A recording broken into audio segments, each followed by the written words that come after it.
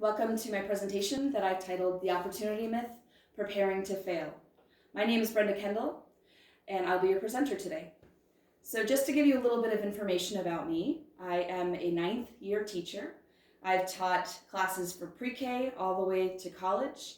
I'm currently a middle school humanities teacher in Waterford, Vermont. So the first question I'm going to address is, what is the opportunity myth? And the opportunity myth is this myth that we tell our students that if they do well in our classes, if they work hard, if they get those A's and B's in our classes, then they will be well positioned to do well in college. But unfortunately, the research shows us that this is not the case. Research shows us that even when students work hard in high school and they're deemed ready for college by their teachers, and they receive those A's and B's on their work, that they get to college and they're not ready. They're ill-prepared, and they often have to take remedial classes once they get there. In fact, 40% of students are not prepared and have to take some type of remedial class. And this can cost families up to $1.5 billion.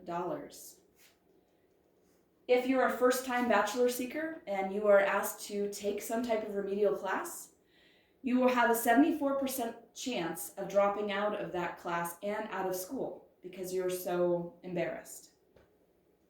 So we may think that this is a college level problem, but what the workforce is telling us is that is not the case. In fact, employers report that their employees that come straight out of high school are ill prepared and that they lack the essential skills necessary to be successful at their jobs. So this term, the opportunity myth, comes from a study done in 2018 by people that were part of the New Teacher Project. So the New Teacher Project went into 5 diverse school systems, and they collected lots and lots of data. In fact, their data came in the form of nearly 1,000 lessons, nearly 5,000 assignments, over 20,000 student work samples, and nearly 30,000 student surveys. And they analyzed all this data, and they synthesized it. And what they found is that there's 4 key factors that lead to true academic success. And those factors are that students receive grade appropriate assignments, students engage deeply in content, that teachers have high expectations of their students, and that teachers deliver strong instruction. So let's just break down these one by one. The first key feature is that students receive grade-appropriate assignments. So when students are given grade-appropriate assignments, they gain nearly 2 months of additional learning as compared to their peers. So too often as teachers, we underestimate what our students are capable of. And we perhaps teach the lowest common denominator in our classrooms. And as a result, we're not meeting the standards, we're not meeting Common Core standards, and we're underestimating what our students are completely capable of. The second key feature is that there needs to be deep student engagement in the classroom. So when students are deeply engaged in classwork, they gain 2.5 months of additional learning compared to their peers.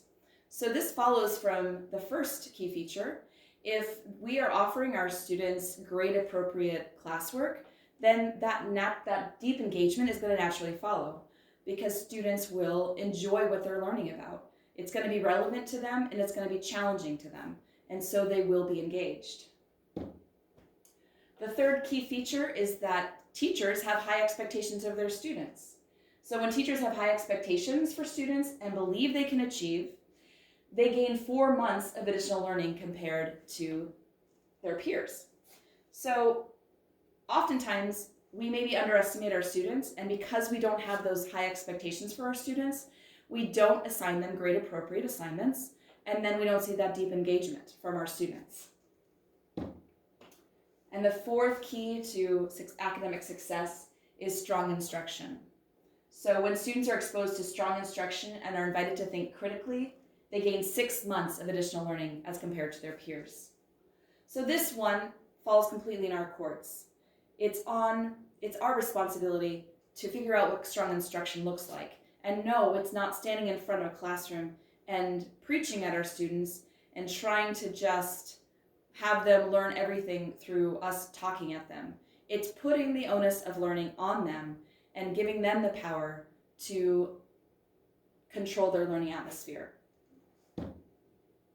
So the next question is, how does Wit and Wisdom support these findings from the opportunity myth?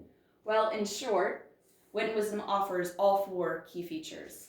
The first one, grade appropriate assignments. Wit and Wisdom's texts are rigorous and complex, and students enjoy grappling with big ideas and difficult texts and figuring out how to critically think and critically write about these texts.